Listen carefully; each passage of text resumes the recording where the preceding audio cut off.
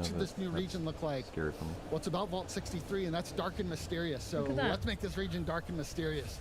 1 year so that's ago, kind of day where 1, 2, and 3, we streamed the whole tone thing of the new last space year. came from, and the Yeah. plot behind And we it. streamed Future Yeah, Game I mean, Show I last think year. it's mission, the pre-update mission that you do, and you go to that massive big manor house, and like literally just looks like hellfire everywhere around, and it is very much dark and mysterious, but also very fun to explore. What other things in Skyline Valley, what other game features were added with this new update, the latest one? Game features added with Sky. Well, there's a new horrible creature walking around called the Thrasher, which is just awful. Yeah.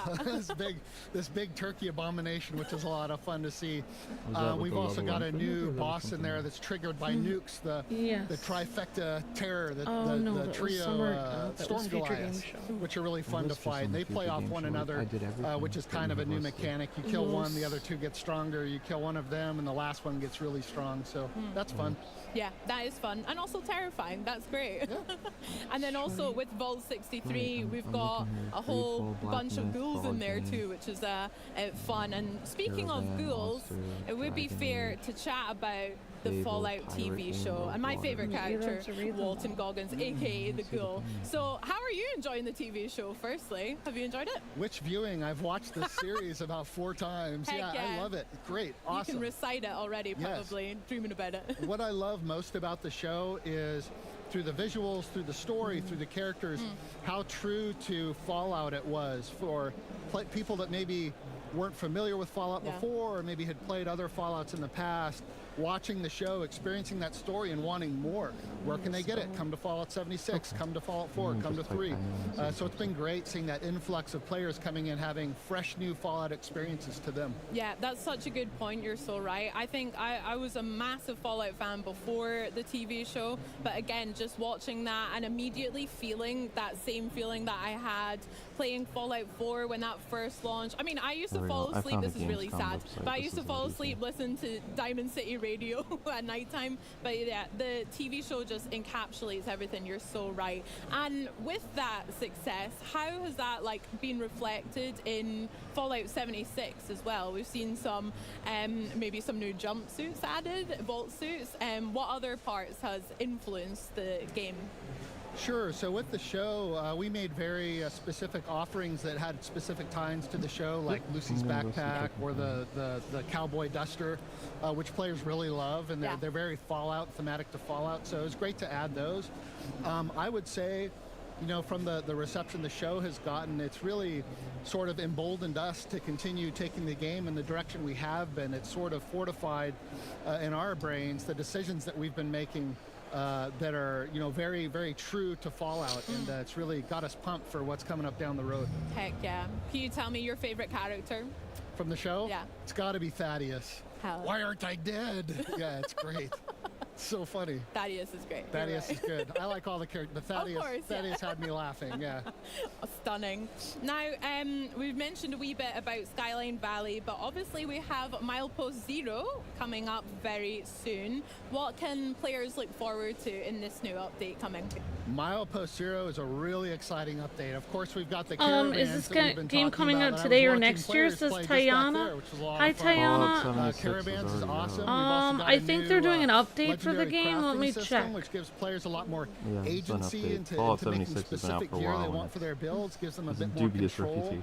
And we've got best builds. And in general, the games they're mentioning are all coming out later this year or next year. Tayana. And show appreciation to one another. If you run across a best build camp that you like, you give it a thumbs up, and upvoted camps with most thumbs up get featured on multiple servers across Appalachia, so it's really cool. That sounds sick. I'll definitely be challenging myself. I love games like Fallout, and then also in Elder Scrolls Online, and then I love building in The Sims as well. So yeah, definitely I'll be building and maybe taking some inspo from what do the they rest mean of the building as well. That sounds you can awesome. build in I can't Fallout wait for that.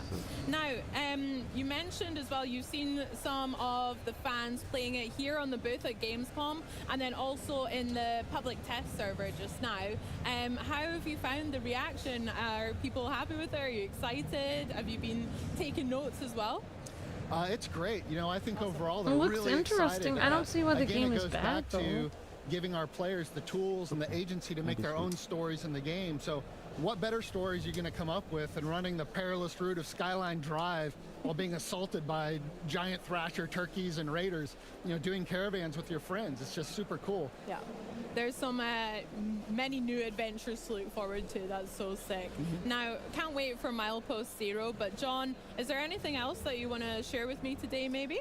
Maybe there is. You know, we've talked about Milepost 0 quite a bit. Yep. Milepost 0 is awesome. We know that's coming out pretty soon, September 3rd. We've got Ghouls coming out early next year. What's in between? We've got an exciting update coming out this December.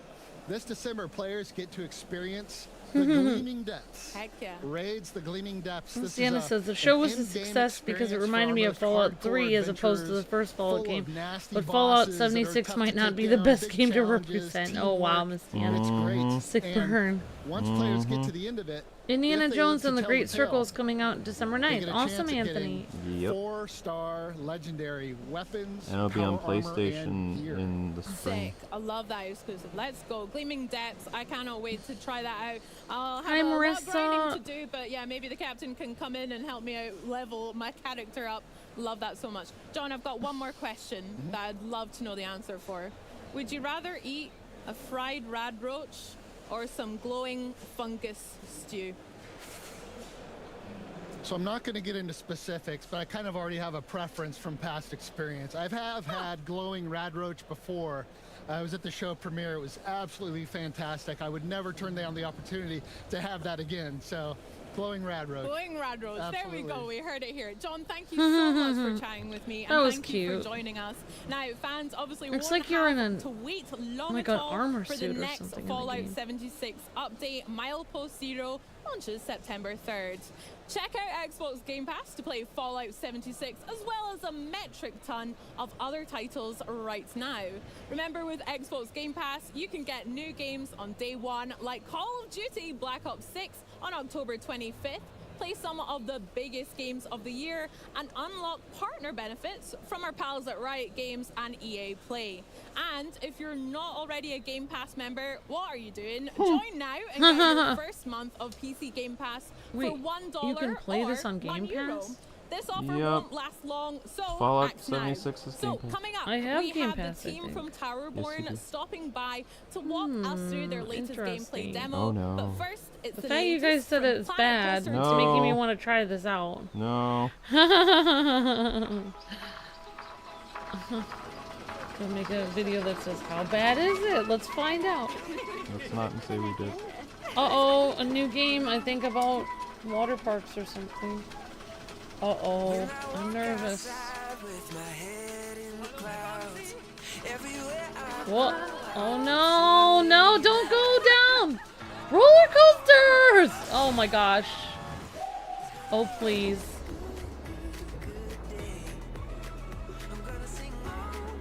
Frontier. Miss Tiana's trying to warn you about the game. She's like, no. Remember, the people in the armored suits are known as the Knights of the Round, as I know they are the factions you'll be meeting in the Fallout games. They want to kill all the mutants if they pose no threat. Oh, okay, thank you, Miss Deanna. A talking cat? Now I've seen everything, says Lionheart. Yep, our cat is watching the stream with us, Lionheart. Have I played Fallout? Sort of. I've been there on Luke's streams. We played it together on Nightwing 01 channel. Fallout 4. Fallout 4 we did on our mature channel. Oh, I'm remembering. Hi, I'm Rich Newbold, Game Director at Frontier Developments. I hope you enjoyed the trailer for Planet Coaster 2. Frontier. I'm here to show you a bit more about the game. Let's dive in. So that was a commercial, and now it's the developer.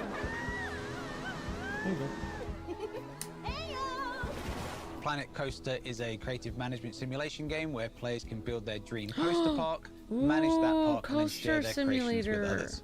In Planet Coaster 2, we have new water park features. We have deeper creativity, new management so tools, many building and the possibility games. of building a park with a friend, one player at a time, by Look, sharing you can make a save. golf course, Luke. To celebrate our new water park features and new creative tools, we're going to be adding a new flume to this pool area of our park for our guests to enjoy.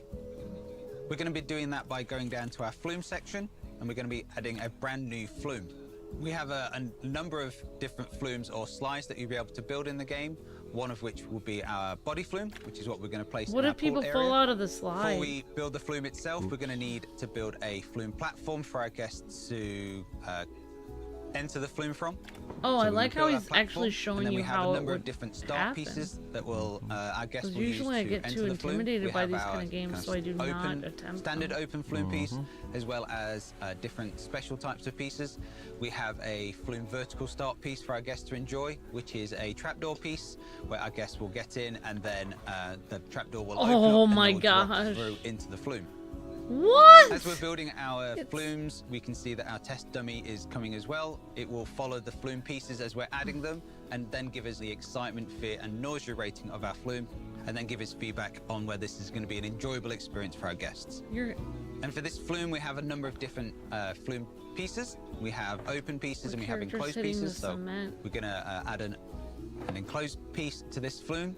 We also have different types of pieces, one of which is our transparent piece. So we're going to add a transparent piece to our flume so we can see our guests as they come down these flumes for them to enjoy.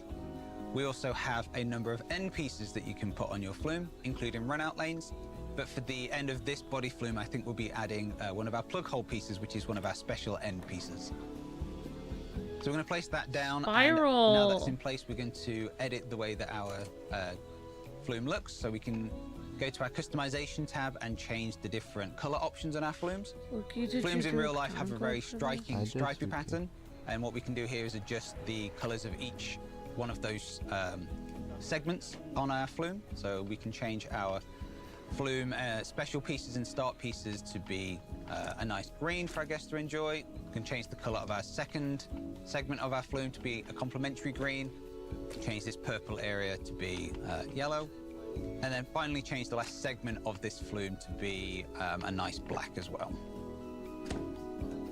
At the moment, our flume does look good, but I think we can make it even better and more attractive for our guests by adding scenery to the platform around it. So let's add a few rubber rings to really make it thematic to the experience that our guests will be having as they enjoy this flume.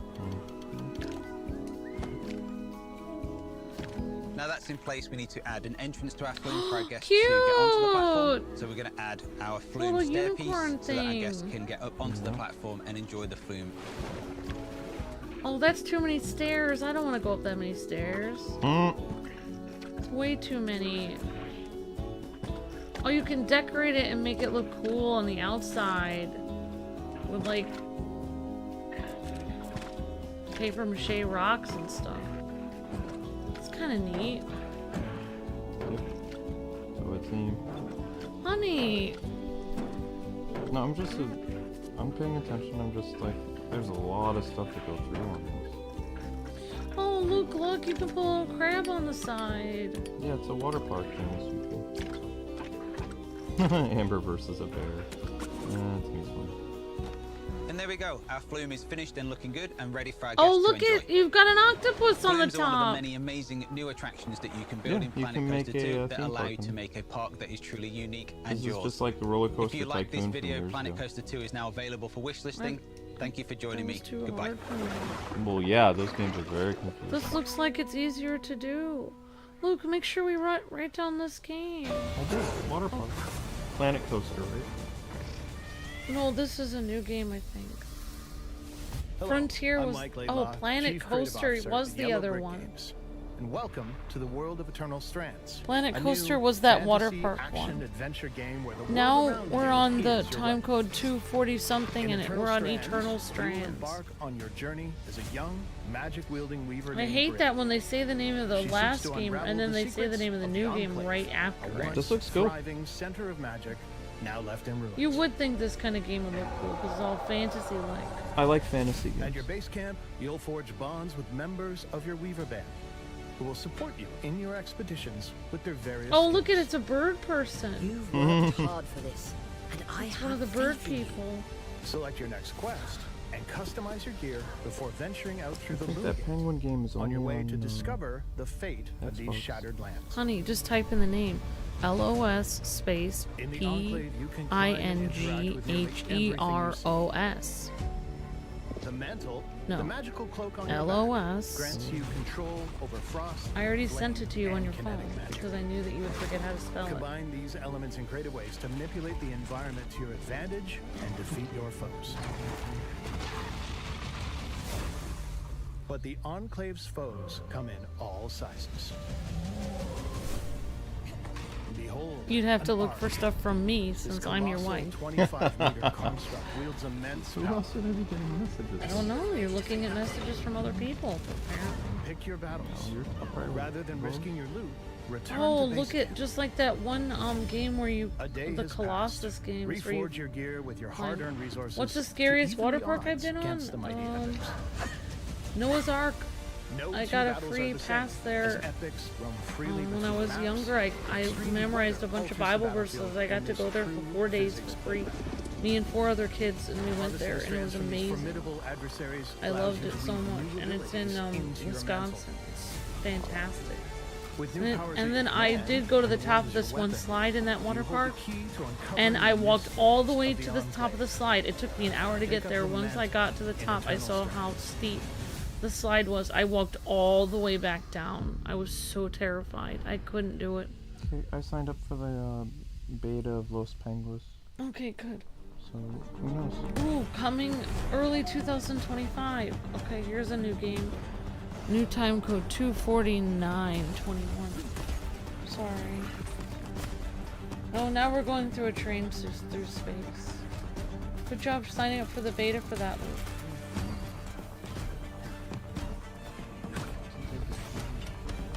Sorry, honey. Yeah, I don't know when this is gonna end, so we can end I mean, it ended at 11:30 yesterday. Yep. So I'm so confused what's happening. I mean, they're gonna have trailers. They'll show trailers all day. Yeah, highly recommend Noah's Ark in Wisconsin. In Wisconsin Dells, Noah's Ark is the best water park that there is. There's a lot of water parks in Wisconsin, but you want to go to Noah's Ark. It's so cool. Has the biggest slides. It's amazing. Oh yeah, all aboard. Oh, they showed a game yesterday that had co-op couch play, but I forgot what it was. Fall 2024 Xbox Game Pass. Oh no, they're showing the show floor of this. You just got a deep dive into the gameplay of Eternal Strands and Look Avoid Train, which is coming to Game Pass early next year, so get ready. But first, it seems like only yesterday we were here at Gamescom enjoying the first Towerborn demo. Now, a year later, the game is nearly ready for prime time. Joining me now with more is Stoic's CEO and President Tricia Scoffer, Game Director Daniel McLaren, and Co-Founder and Chief Creative Officer Arnie Jorgensen. So, how is everything going at Gamescom, Tricia? It's fantastic. We're so excited to be back. The crowd has been Hi, Mage exceptional, Wolf. as always. Hi, BJ And the Williams. booth's Hi, been everyone. full, and players are just enjoying themselves. A lot of excitement, a lot of smiles on their faces, and we're just happy to always have the game in the hands of the players. Yeah, it's been amazing at Gamescom this year. So many people, but it's also been a huge week for you guys. Indeed. Tell me a bit more about it. Absolutely. On Tuesday, we announced that we will be on early access on Steam on September 10th. Yep. And we're coming to game preview. You like on that Xbox game with and the Windows Planet PC in roller 2025. coaster? So really Awesome, not that far Tayana. away Very as cool. well. 19 days. And I'm also so excited because we've got a demo that we're going to be Yes. playing. I wanna but make- McLaren, yeah. for those that haven't seen Towerborn yet, can you give us the I wanna elevator make a pitch? water Why is theme this park. game going to be so So much I fun think to play? after so this it's Towerborn, the quintessential side-scrolling I don't know if they're gonna brawler, show it. which you No, see they're generally not in like gonna do a it. Do you smaller want? I'll just single-player, stay on shorter until experience 1:30. game. You want We've me to, decided, or why not make this or a do you bigger think this game? is Why not put over? in sweet loot drops? Why not let your friends play together, collect